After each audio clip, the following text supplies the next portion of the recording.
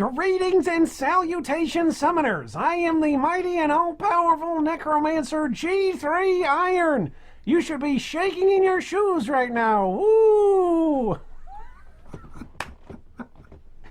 Alright, enough of that. It took me like 6 tries to get that right, but I finally got the voice right. Anyway, what is up, YouTube? My name is G3 Iron, and today we are taking a look at Necromancers and their playstyles in Path of Exile. This is, of course, going to be already one of my favorite updates to Path of Exile 3.8 Blight League, because I am a massive Necromancer player. I loved playing Necromancer for my first 2 years of playing Path of Exile. I pretty much exclusively played that, and I am just incredibly stoked to be playing, well, every and any kind of Necromancer that is available to us in POE 3.8. So today we're going to be talking about different ways to play and enjoy minions, some different archetypes or some different overarching concepts that hold true across different playstyles when playing either a Necro or a Summoner. Speaking of Necros and Summoners, I'm going to be using those words interchangeably today throughout our discussion. It doesn't necessarily mean when I say a Summoner that I'm excluding the Necromancer ascendancy, and it doesn't necessarily mean if I say Necro that I'm only referencing the Necromancer Summoner ascendancy. I am going to be using those interchangeably. So if you hear me use those terms differently or specifically, and you see me mess up and make a mistake, just feel free to point it out down below in the comments section. Speaking of which, in our video description, we've got all sorts of different goodies for you today, including a couple of different builds that you can go and jumpstart your searches for different build guides on each of these, at least one build of each of these different archetypes or playstyles that we're going to reference today. So if you're wondering how to start your build guide search for 3.8, you can begin that with the links down below in the video description. Also, for those of you that are new to the channel, welcome. You can like, subscribe, and ding the bell for more content just like this one. And if at any point in time you want to jump ahead or revisit any of our content that we've discussed here today, you can of course do so using the timestamps that are placed conveniently above my slightly balding necromantic forehead. Okay, so all that being said, let's jump right into the different playstyles of Necromancer in PoE. First off, the Golemancer. So the Golemancer is incredibly fun because it lets you break a lot of the rules that are in place normally surrounding golems in Path of Exile, and that's really a theme across the board with Necromancers. Necromancers are servants of the undead. They're curious about how to bring things back to life or manipulate the dead or manipulate that which is almost dead or what was once dead. Try saying that 10 times fast. Anyway, Golemancers are in line with that same style of theme where they break a lot of different rules, and the trick is figuring out how to break rules of the game in the most logical and min-maxing way possible. So a Golemancer takes advantage of something called primordial jewels. There's a couple examples down below in the video description, of course, in that build of a Golemancer that takes advantage of primordial jewels that allow you to stack multiple different golems. So typically the rule with golems is that you're limited to only one. Golemancers break this rule and add as many different golems or multiple of the same type of golem into their build as possible using either primordial jewels or something called the Clay Shaper, which is a unique one-handed mace. And the important line on the Clay Shaper is that you can summon up to 1 additional golem at a time. So if you're dual-wielding Clay Shapers, that's 2 additional golems at a time, and then you start to stack on other various mechanisms for stacking golems, and pretty soon you've got this neat little army of golems following you around and doing their best to blow everything up on your behalf. There's a couple of different ways to play them. There are some meme builds, whether that's crit memes, taunt memes, or shock memes, but by far the most consistent Golemancer that I've seen across my entire playtime of Path of Exile, this is regardless of updates and regardless of patches, Flame Golems seem to be the go-to thing regardless of whatever else is meta. If you're playing a Golemancer, Flame Golems do a great job of providing consistent DPS, and of course they've also got an aura that buffs DPS. So they are by far the most common DPS Golemancer, the Flame Golemancer. Okay, moving on. The Summoner archetype, and of course this is kind of broad, and so what I'm trying to do here is throw a lot of different categories into one heading, and it was tough to try to get these into one heading, but ultimately what I settled on was this, that summons according to the summoner, are stuff that you summon that has a base duration for the most part. Stuff in Path of Exile that is triggered or includes in its literal name of the gem tag or of the skill tag summon, generally speaking, means that it's got a duration-based existence. It is not something that is going to stick around for very long. We're going to see later on in the video that when you raise a zombie or you raise a specter, raising something in Path of Exile is something that happens permanently or semi-permanently until something dies, whereas summoning something, it's got a time limit on it. It's got a detonator on it that it is at some point in time going to need to be resummoned in order to be active again. Summons that spawn based off of weapons are incredibly fun builds, and the fun of those builds a lot of the time when you're theory crafting them and making them, and a lot of the time the distinctions in these builds is actually in making the trigger happen. So a couple of examples of this are displayed for you here on screen. The Dancing Duo, Arakali's Fang, Soul Rest, and the Scourge are all unique items that come with various summon skills on them, and getting those particular effects to trigger is the unique mechanic that a lot of different builds will try to take advantage of to make their own little niche in the summoner market. Now, of course, beyond that, there is the granddaddy of all granddaddies, the hallmark summoner ability, at least in Path of Exile. Yes, the zombie, the skeleton, and the specter all have their place in Path of Exile's lore and history, but Summon Raging Spirit is really foundational in Path of Exile summoning, as well as just playing a Necro in general, precisely because it was early on an incredibly powerful skill that scaled ridiculously high. It used to be that you could summon up to 50 Raging Spirits, and they would all just be going nuts and homing in on their particular targets, dealing all sorts of physical and fire damage to enemies all over the place. I personally have got just a special place in my heart for Summon Raging Spirit. When I first got turned on into Path of Exile as a game, the buddy that got me started, shout out to Beckett, when he got me started, I described for him basically the gameplay style that I wanted. I wanted something that I didn't have to aim, so it would require relatively little skill on my part. Something that would home in, so something that, again, I wouldn't have to aim, but would rather go out and seek out enemies from whatever location I was at. And then something that would have some sort of base duration type, so that way I could essentially focus on learning the mechanics of the game and play defensively around my character, while these homing Death Seekers would go out and find exactly what they need to kill.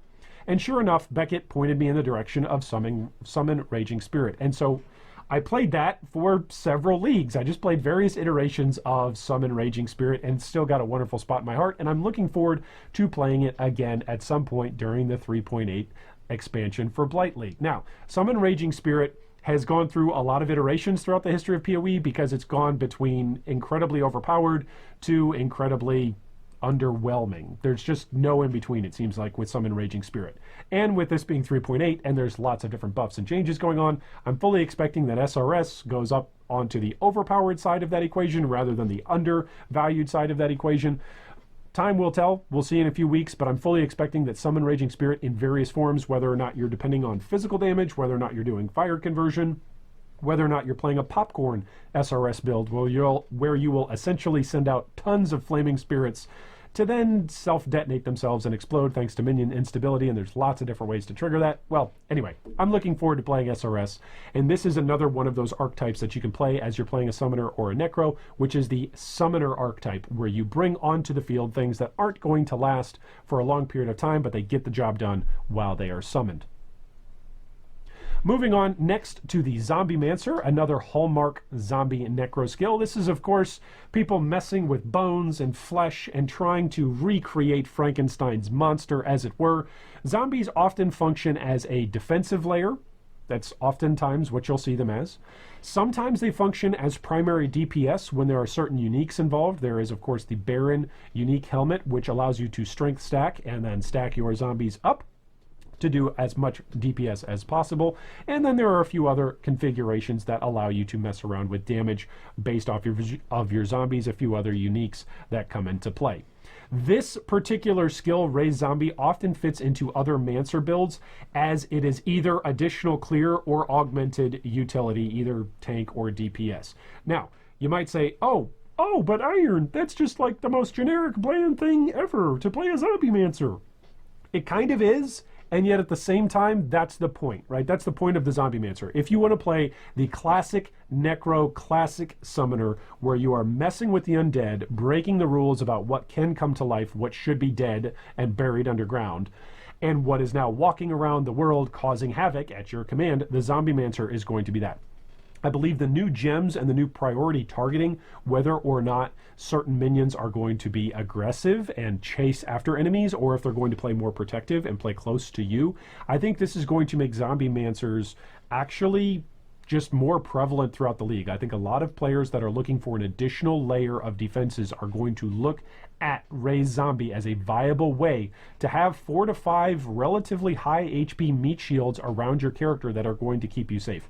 I'm certainly going to try this on several different builds, simply to add in zombies as probably another defensive layer, simply because we've got the ability to now change up our minions' aggressiveness and levels of aggressiveness or their level of defensiveness. I think zombies are a great addition in terms of any build that you want to play that is a Necro or Summoner. If you need another defensive layer and you're wondering how is it that I can make myself more survivable in any given circumstances, zombies fit that profile almost to the T. The one thing that they are particularly susceptible to is, of course, degen over ground. That being said, as long as you're not standing on the ground, they shouldn't stand on the ground with the new minion AI gems. I'm sure there will be bugs with that. We've all got our fingers crossed that Necromancer is not the thing that's bugged upon release, and all of the different gems and AI that comes along with it. Hopefully it won't be. But this is where I think zombies have an opportunity to fit really into any build, regardless of what sort of Necro and Summoner that you're playing. Zombies can find themselves a happy and healthy place as an additional defensive layer. Moving on. Spectremancer. Now, Raise Spectre is an incredibly diverse skill, and there's a lot really that can be said about it, and so there will be in another video that's coming in the upcoming days. But that being said, just to whet your appetite a little bit, there are 2 essential breakdowns of every single Spectremancer build that's on the market. And of course, there's going to be outliers, so please leave me a comment down below if I left out some other category. But for the most part, Spectremancers either build and summon their specters for bossing purposes to take down bosses with high single target damage, or specters for clearing, where they generally will use some combination of GMP or LMP or some effective chain or some effective fork in order to essentially flood the screen with all sorts of damage that the specter is simply off-screen stuff, and you don't even have to see any bad guys or worry if you're ever going to get hit by anything, because everything's dead for up to a screen and a half away from you anyway. So there's Spectre's builds for bossing, and there's Spectre's builds for clearing. Now, of course, the way to do this, Specters are based off of particular corpses that get left on the ground. So, depending on the zone that you're in, depending on the map layout that you're in, depending on the instance that you are in, you can summon for yourself different types of Specters that will have different skills. Have you ever fought against, let's say, an enemy in Path of Exile, and you've always been like, man, I wish I could use that enemy. I wish that enemy would be something that I could command at the head of my undead horde. Well, Raise Spectre is essentially what allows you to do just that. You can take almost any minion in the game. I say almost because there are, unfortunately, several exceptions. But you can take almost every enemy in the game, kill it, or go into that zone and use Desecrate in order to create corpses, and then summon all sorts of different specters for your own amusement and builds. Now, specters oftentimes don't really function into a lot of builds. When I have seen them be a utility piece of a build, in other words, they're not the primary 6-link or even primary 4-link with some ungodly enchanted helm that's really like a 7 or 8-link. The only times that I've really seen them is when they fit in as either additional clear for the purposes of increasing your map speed, or for the specific purpose of bossing. So it's essentially the same line as zombies for Zombiemancers, where when they get used as utility in another build where they're not featured as the main thing, they often function as zombies, where they are either another defensive layer or they're simply additional DPS for the thing that you're going against. Either that's bossing or map clearing. Spectremancers are incredibly flexible, and so you will see a ton of different builds featuring specters based on the type of specter that you need to build. Oftentimes when you're playing a summoner or a necro, the things that you need to juggle are not only your passive tree, are not only your ascendancy, are not only your unique items, are not only your regular rare item base items, are not only your regular jewels inside your passive tree, are not only your regular gems that you're using, but on top of that, when you're playing a Spectremancer, you also need to take into account the type of minions that you are actually summoning and using and what sort of combinations those are, right? You don't have to necessarily build all of or raise all of the same type of Spectre. You can actually mix them up and have a team of Spectres. There are several different uniques in the game that allow you to increase the amount of Spectres that you have, as well as a couple of different crafts and particular drops, particular rare affixes that drop in particular locations throughout the game that allow you to raise the cap of the number of Spectres that you have raised. So, all that being said, wide variety. It is really great to go through and play a Spectremancer. There's a couple of different ways to set up your tree to actually make it so that way, as you choose your Spectre, you don't have to go back and rework your entire tree if you choose to switch up the Spectre that you are using. So if you choose a Spectre for clearing, there are a couple of ways to make it so that way you simply have to choose another Spectre for bossing. All that being said, one little annoying thing that I have to let you know, I could not call myself G3 Iron if I didn't let you know, if I wasn't a good guy and let you know this little tiny thing about Spectres as a short tip or as a heads up. When Spectres die, you have to go back and raise them again. They don't leave a corpse behind for you to reanimate or to re-raise. So the problem with this is that if you are trying out a Spectremancer and your Spectres aren't set up properly, or you're doing content that your Spectres aren't great at doing, at simply performing in, and they die, they derp out, or they have some stupid AI, and maybe your convocation was on cooldown and so they didn't jump to you, or they couldn't jump to you, so they died.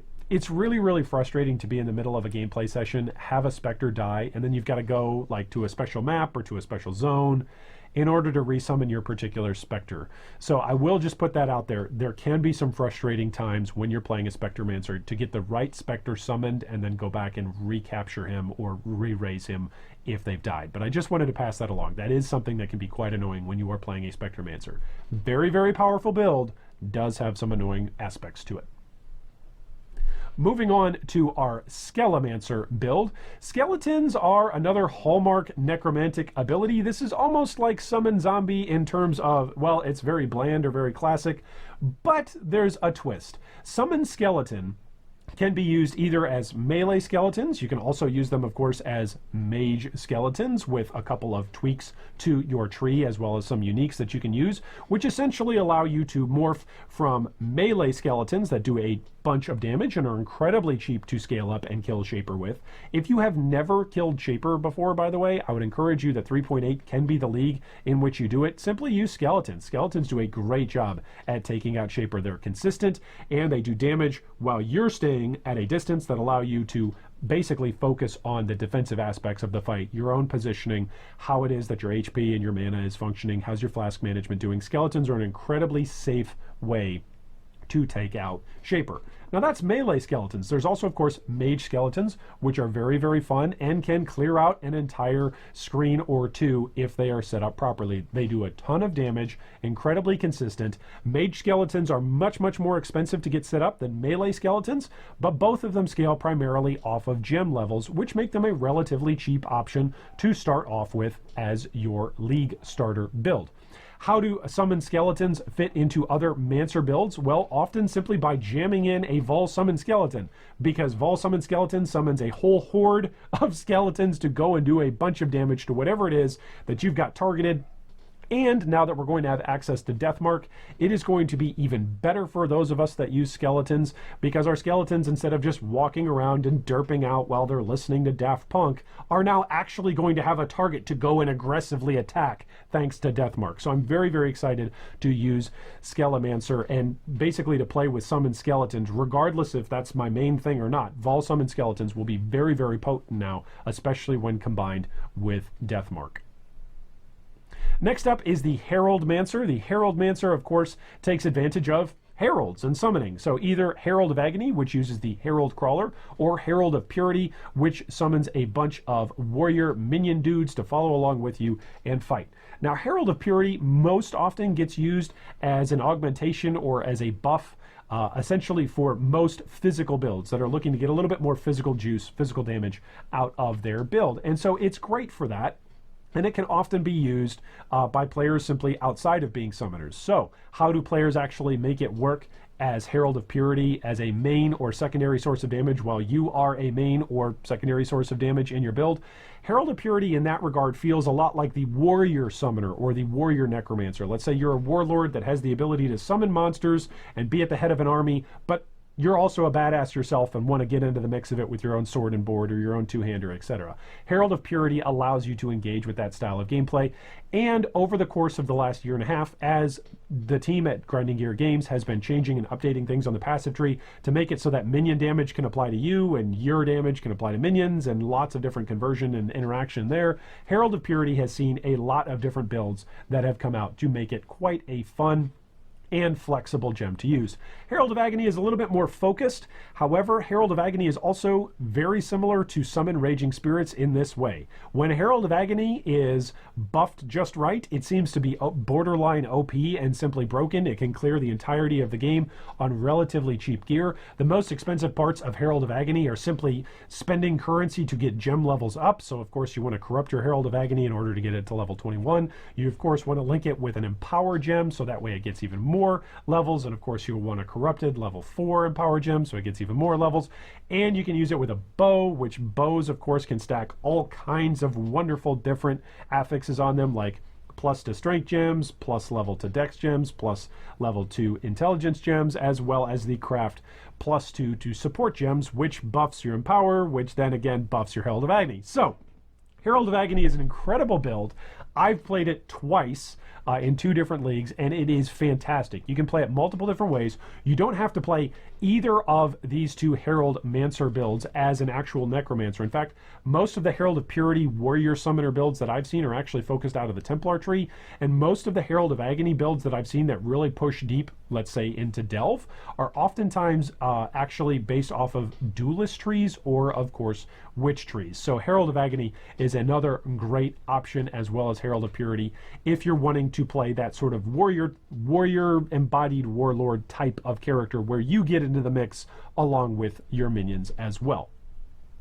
Well, thanks so much for watching. What style of Necro or Summoner will you be playing in POE 3.8 Blight League? And second question for the day, what changes do you hope come to improve the quality of life of playing a Necro or a Summoner in 3.8? I, for me personally, am really excited. We're going to have another skill bar, folks. This is great news. Like, another skill bar. One of the biggest pet peeves of playing any kind of Necromancer or Summoner is that you just run out of gem slots. And the reason why you run out of gem slots is because you got all these different moving pieces and moving parts that you want to make fit together. That's fine, okay? It's fine that we're hard capped for gem slots. That being said, it's not fine that out of all of these different active gems that we want to have active, let's say a couple of different auras, let's say you've got an offering skill, let's say maybe you've got raise zombies or summon vol skeletons, and then maybe you've got raise specter in there, you've also got golems to deal damage, you've got of course your movement skill, maybe you've got a curse. Like, we're talking like 9 different buttons that you need on here, rotating them off. And of course you can rotate off your auras, and of course sometimes you can rotate off other things, but the point being, if you only got like 6 or 7 different keys to play with, it's really tough when you've got like 9 or 10 active gems that you want to interact with. So that is a quality of life just piece of update that I am very, very excited is coming in 3.8. But what about you? What are you excited is going to happen in 3.8? And of course, like I said, what style of Necro and Summoner are you going to be playing? I think I'm going to be playing one of each. I'm going to be playing hardcore, which means I'm going to die a lot, which means I'm going to get to try a lot of things out as I'm leveling and getting the maps. It also means that I'm probably going to be playing a lot more low-level characters, because generally in hardcore I get to like level 80-ish, 85-ish, and I'm like, okay, this is too scary now. Keep this guy alive for when I need to do my daily missions, and let's go bring up another low-level guy. So anyway, that's what I'm excited for in 3.8. How about you? Leave us a comment down below. I look forward to all of our discussions that we have here today. And of course, as always, I hope that on September 6, 2019 is the day when a Mirror of Calandra drops for you. Thanks for watching that video. If you'd like more information on any of our discussion points today, you can see them down below in the video description. If you'd also like to join our Discord or support our Patreon, you can do so with the links down below. Thanks again, and big shout out to all of our Patreon supporters.